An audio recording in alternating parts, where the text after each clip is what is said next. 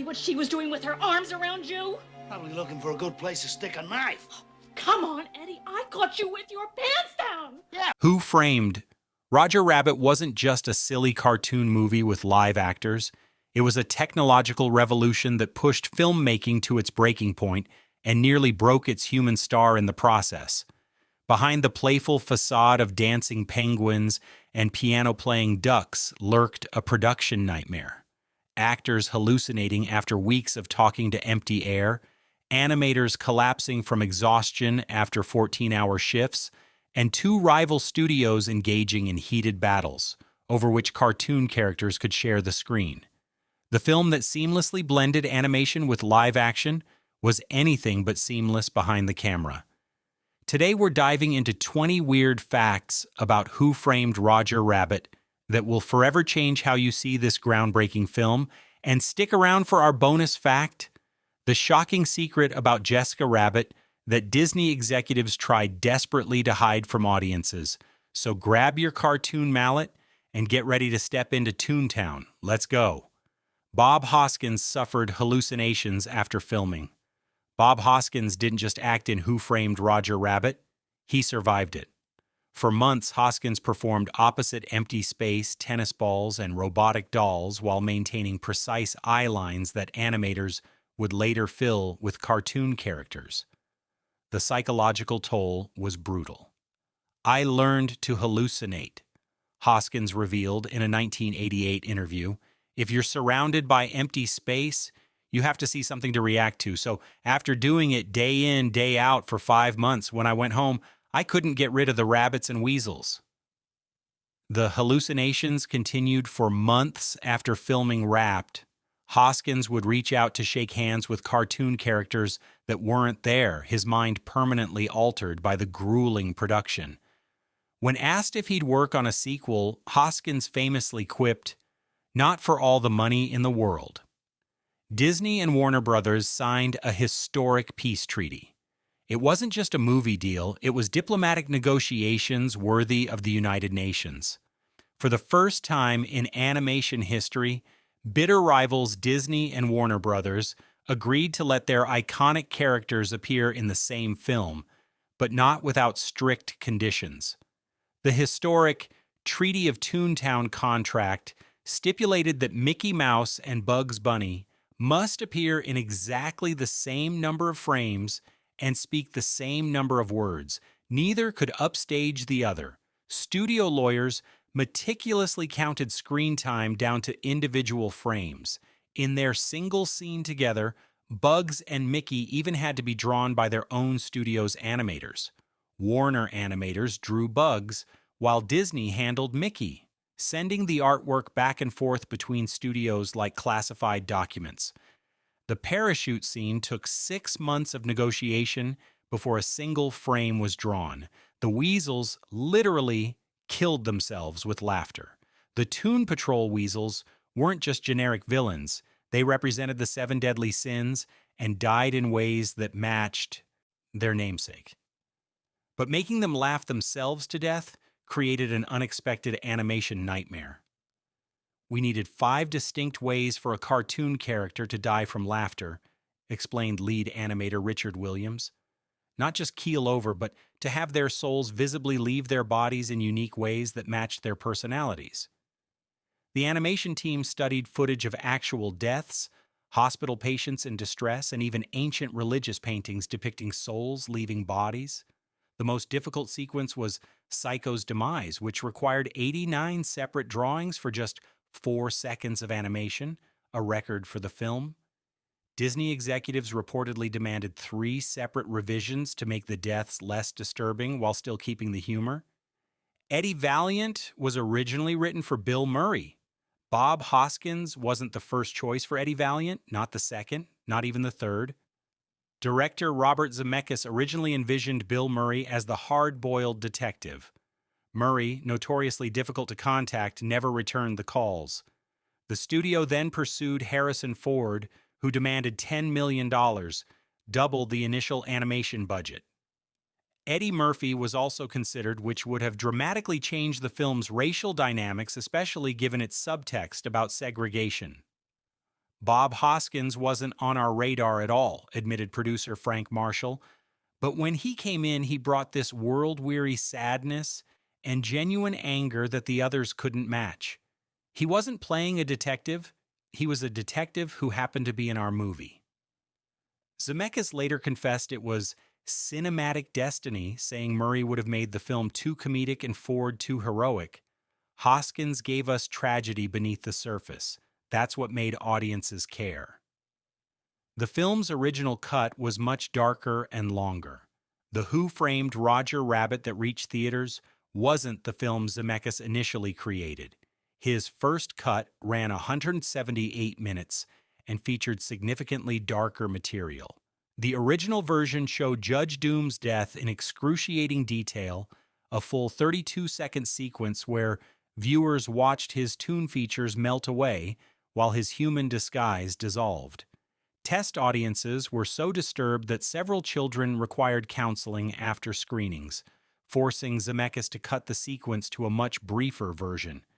The initial cut also featured an extended backstory for Jessica Rabbit, revealing she was created as a propaganda character during World War II to entertain troops, a commentary on the exploitation of female imagery.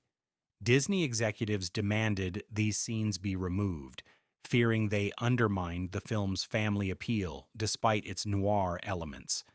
We had to find the balance between a film adults would appreciate and kids could watch, Zemeckis said, but I still wonder about that original cut. The piano duel nearly broke both studios' budgets. The piano battle between Donald Duck and Daffy Duck wasn't just a funny scene. It was the most expensive animated sequence ever created at that time. The 1 minute and 40-second sequence cost $1.1 million in 1988 dollars, over $2.8 million today, more than the entire budgets of many animated features of the era. Why so expensive? The scene required perfect synchronization between animation and live piano playing, with 6,600 individual animation cells and 82 special effects elements. Mel Blanc, in one of his final performances, voiced both Daffy and Sylvester the cat, while Clarence Nash returned as Donald Duck shortly before his death. The piano music had to be composed and recorded 3 different ways: what the audience hears, what Donald plays, and what Daffy plays, allowing viewers to distinguish each character's style. When Disney executives saw the final price tag, they nearly shut down production. Zemeckis responded by mailing them a frame of the sequence with a note, "This single frame cost $166. Enjoy it." Jessica Rabbit sparked a secret Disney investigation. Jessica Rabbit wasn't just controversial with parents. She launched an internal Disney investigation after rumors of subliminal adult content. When the film was released on VHS in 1989, viewers claimed they spotted frames where Jessica is briefly exposed when she's thrown from the cartoon taxi. Disney initially denied the claims, but quietly launched an internal investigation into whether a rogue animator had inserted inappropriate frames. We had 231 animators touch Jessica's scenes across 4 countries, revealed a former Disney quality control manager. Tracking down every hand that drew her was a security nightmare. Disney discovered that in certain frames, Jessica's dress rides up slightly higher than intended due to the physics of animation. Though technically not explicit content, Disney digitally altered these frames for subsequent home video releases. The investigation file, reportedly dubbed Operation Red Dress, remains sealed in Disney's archives. A secret live-action Jessica Rabbit existed on set. Jessica Rabbit wasn't completely animated. For key scenes, Zemeckis used a live-action stand-in that few people know existed. Model Betsy Brantley, coincidentally Zemeckis' wife at the time, wore a red sequined dress, stiletto heels, and a red wig to create reference footage for the animators. She performed Jessica's famous "Why Don't You Do Right" number and several walking sequences to give animators realistic movement patterns for Jessica's distinctive gait.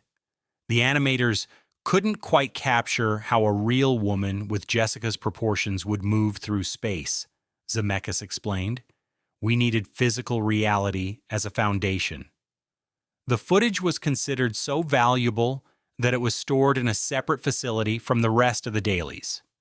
Despite numerous requests from animation historians over the years, Disney has never released the reference footage, claiming it would break the magic of the character.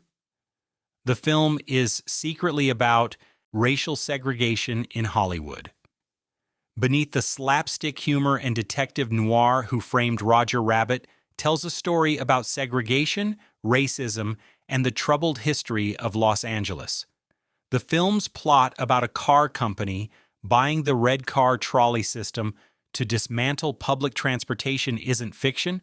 It's based on the Great American Streetcar Scandal of the 1940s. The segregation of toons, forced to live in Toontown and work primarily as entertainers, parallels the treatment of racial minorities in Hollywood's golden age.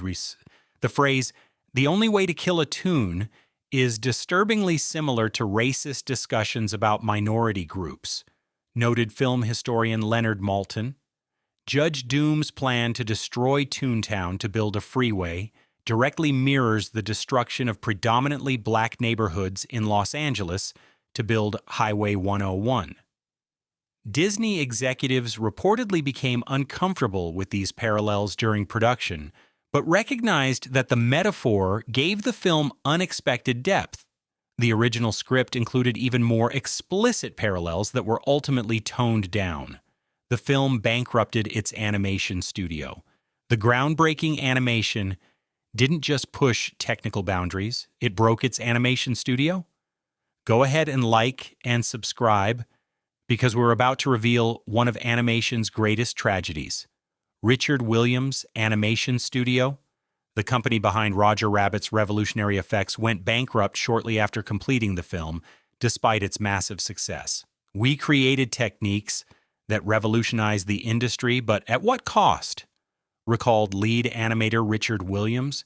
We had 326 animators working in shifts around the clock.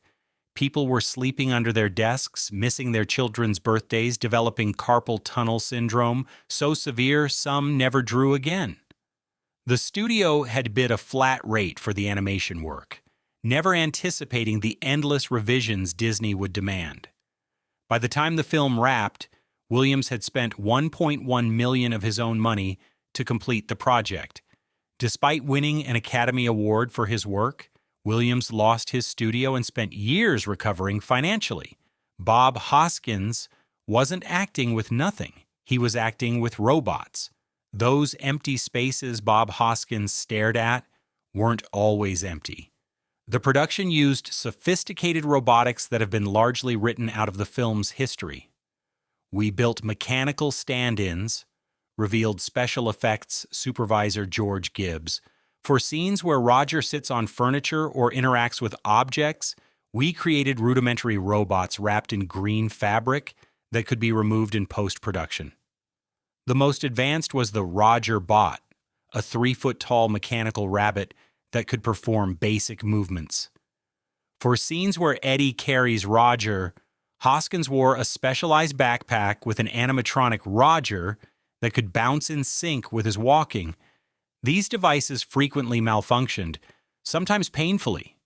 During a scene where Roger jumps on Eddie's back, the mechanical rabbit misfired and slammed into Hoskins' spine with enough force to knock him unconscious. He continued filming that afternoon despite doctor recommendations, wearing a back brace under his costume. Christopher Lloyd endured 8-hour makeup sessions. Judge Doom wasn't just a villain on screen. The role physically tortured Christopher Lloyd throughout production. Lloyd underwent 8-hour makeup applications each day to achieve Judge Doom's unnaturally stiff appearance. The prosthetics were attached to his face with a powerful adhesive that caused chemical burns on his skin after repeated use. His distinctive walk wasn't just acting. The restrictive costume limited his movement so severely that he couldn't sit down while in full Doom attire. By week 3, my skin was coming off with the prosthetics, Lloyd recalled. The makeup team had to develop a special removal process using medical-grade solvents typically used for burn victims. For the scene where Doom is revealed as a toon, Lloyd had to wear painful yellow contact lenses that severely limited his vision.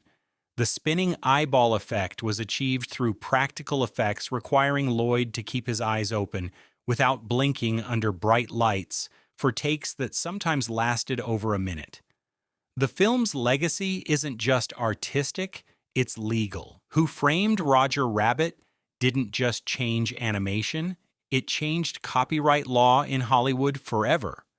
The unprecedented collaboration between Warner Brothers and Disney created a legal nightmare that required the creation of a new type of copyright agreement, now known in the industry as the Roger Protocol. This complex legal framework established how characters from different studios could appear together without compromising individual ownership rights.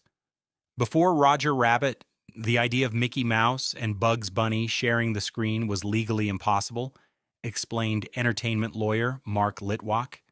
The contract innovations created for this film directly enabled later cross-studio collaborations like Ready Player One and Space Jam. The film's legal team received a special technical achievement citation from the Academy of Motion Picture Arts and Sciences, the only time lawyers have been so recognized. Today, first-year entertainment law students at UCLA and USC still study the Roger Rabbit contracts as part of their curriculum. The film was almost directed by Terry Gilliam. Robert Zemeckis wasn't Disney's first choice to direct. The studio initially courted Monty Python's Terry Gilliam, envisioning a much darker, more surreal film. I met with Disney executives who kept talking about this delightful family picture with cartoon characters, Gilliam recalled. Then they gave me the script, which was about murder, corruption, and sexual innuendo. I couldn't figure out what film they thought they were making. Gilliam's concept boards for the film, which occasionally surface at animation auctions, show a much more nightmarish version of Toontown, inspired by German Expressionism and Salvador Dali. His Roger Rabbit was less cute, more manic-depressive, and his Jessica Rabbit was deliberately designed to be disturbing rather than alluring. Disney pulled the plug on Gilliam's version when his budget estimate came in at nearly double what they expected. In retrospect, they wanted Brazil with Mickey Mouse, Gilliam noted, but weren't prepared for what that actually meant. The film pioneered lighting techniques still used today. The revolutionary aspect of Who Framed Roger Rabbit wasn't just putting cartoons with humans, it was making them look like they existed in the same physical space. The previous standard for animation Borsch live-action hybrids was Mary Poppins, where the cartoons look pasted onto the scene, explained cinematographer Dean Cundy. We created techniques to make it appear that the animated characters were actually reflecting and casting light. The production developed a groundbreaking system called light hosing, where special light rigs would mimic the theoretical presence of cartoon characters. When Roger walked through a room, practical lights would dim and brighten as if his animated body was actually blocking and reflecting light sources. For scenes where cartoon characters held light sources, technicians manipulated hidden light arrays frame by frame to match the animation that would be added later.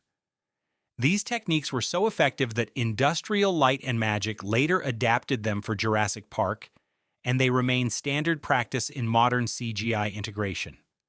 The film was almost shut down over a single word. Disney executives nearly pulled the plug on the entire production over one word in Jessica Rabbit's dialogue. In her first scene, Jessica originally said, "I'm not bad, I'm just drawn that way." But the script had a slightly different line. "I'm not bad, I'm just drawn that way, honey." That final word, honey, launched a 3-week production shutdown and corporate crisis. That single word made Jessica sound like a prostitute rather than a misunderstood woman, explained screenwriter Jeffrey Price. At least that's what Disney told us. The real issue was that Honey made her sound like she was flirting with Eddie, which implied sexual interest in a human from a toon. The shutdown cost over $1.2 million in production delays. Voice actress Kathleen Turner had to be brought back to the studio to re-record the line without Honey, and animators worked overtime to re-sync the new dialogue to Jessica's lip movements. Roger Rabbit was supposed to have a family. The Roger Rabbit that made it to the screen was dramatically different from the character in early drafts of the script. In the original concept, Roger had a toon wife, not Jessica, and 5 baby rabbits. The film would open with Roger as a struggling father trying to support his cartoon family by working as a commercial actor. His family's potential eviction from their Toontown home would raise the emotional stakes. We storyboarded about 32 minutes of the family Roger version before the executives asked us to rethink the character, revealed story artist Don Hahn. Their market research showed that audience empathy dropped significantly when Roger had baby rabbits. People were less concerned about an innocent, childlike character being framed than they were about a father who should know better. Jessica Rabbit wasn't even part of the early drafts. She was created to replace Roger's original wife and add noir elements to the story. Concept art of Roger's original family occasionally appears in animation history books. The director and animation supervisor despised each other.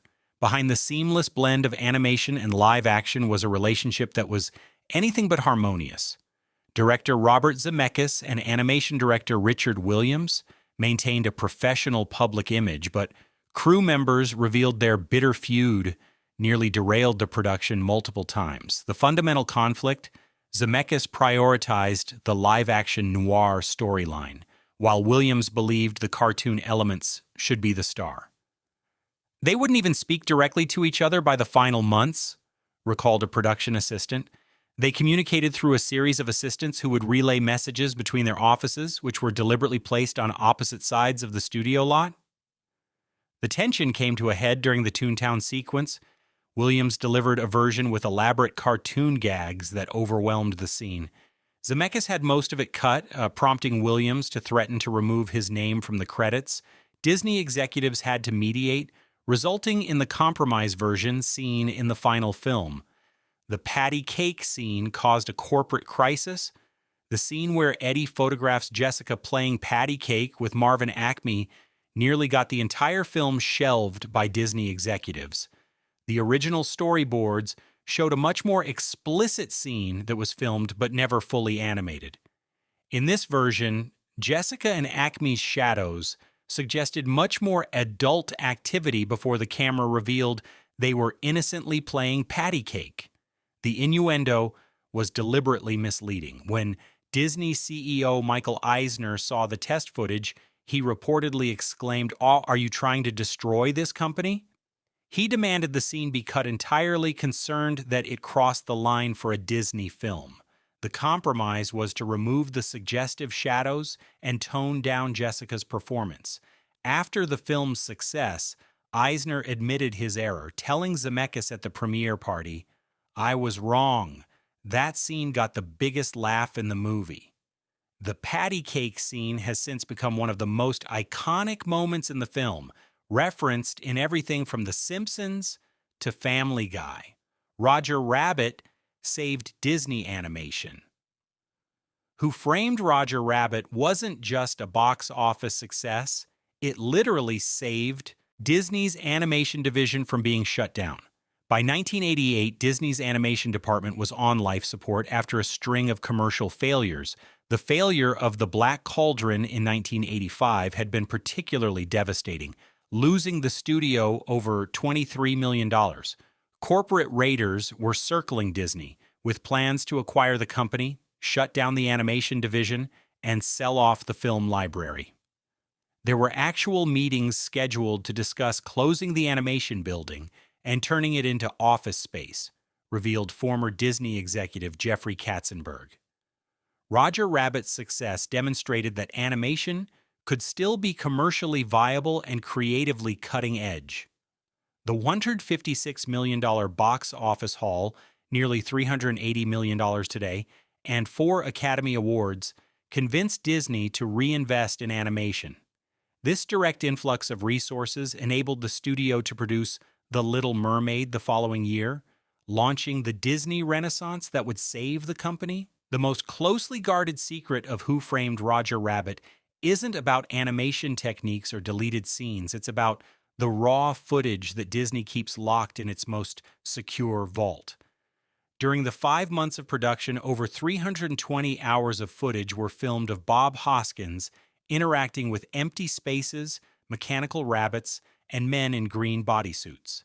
This footage, research referred to as the Madness Reels by insiders, reportedly shows the psychological toll the production took on its star in excruciating detail.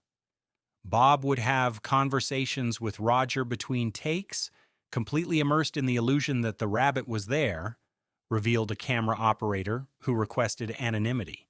Not because he was method acting, but because his brain had begun to manifest Roger as a coping mechanism for the insanity of the production. In particularly disturbing footage, Hoskins reportedly suffered a nervous breakdown during the Toontown sequence, screaming at animated characters that weren't there while the crew attempted to calm him. Disney has repeatedly denied requests to include this footage in anniversary releases or documentaries. According to sources, Hoskins' contract includes a clause preventing this footage from ever being released, not to protect Disney, but to protect Hoskins from what he described as the most psychologically brutal experience of my career. Who Framed Roger Rabbit wasn't just a film that blended animation and live action. It was a production that blurred the lines between technical innovation and human sacrifice, between commercial entertainment and artistic revolution. The film that delighted millions came at a tremendous cost to those who created it. The legacy of Who Framed Roger Rabbit extends far beyond its box office, success, or critical acclaim. It saved Disney animation, revolutionized visual effects, and created legal frameworks that still govern how studios collaborate today.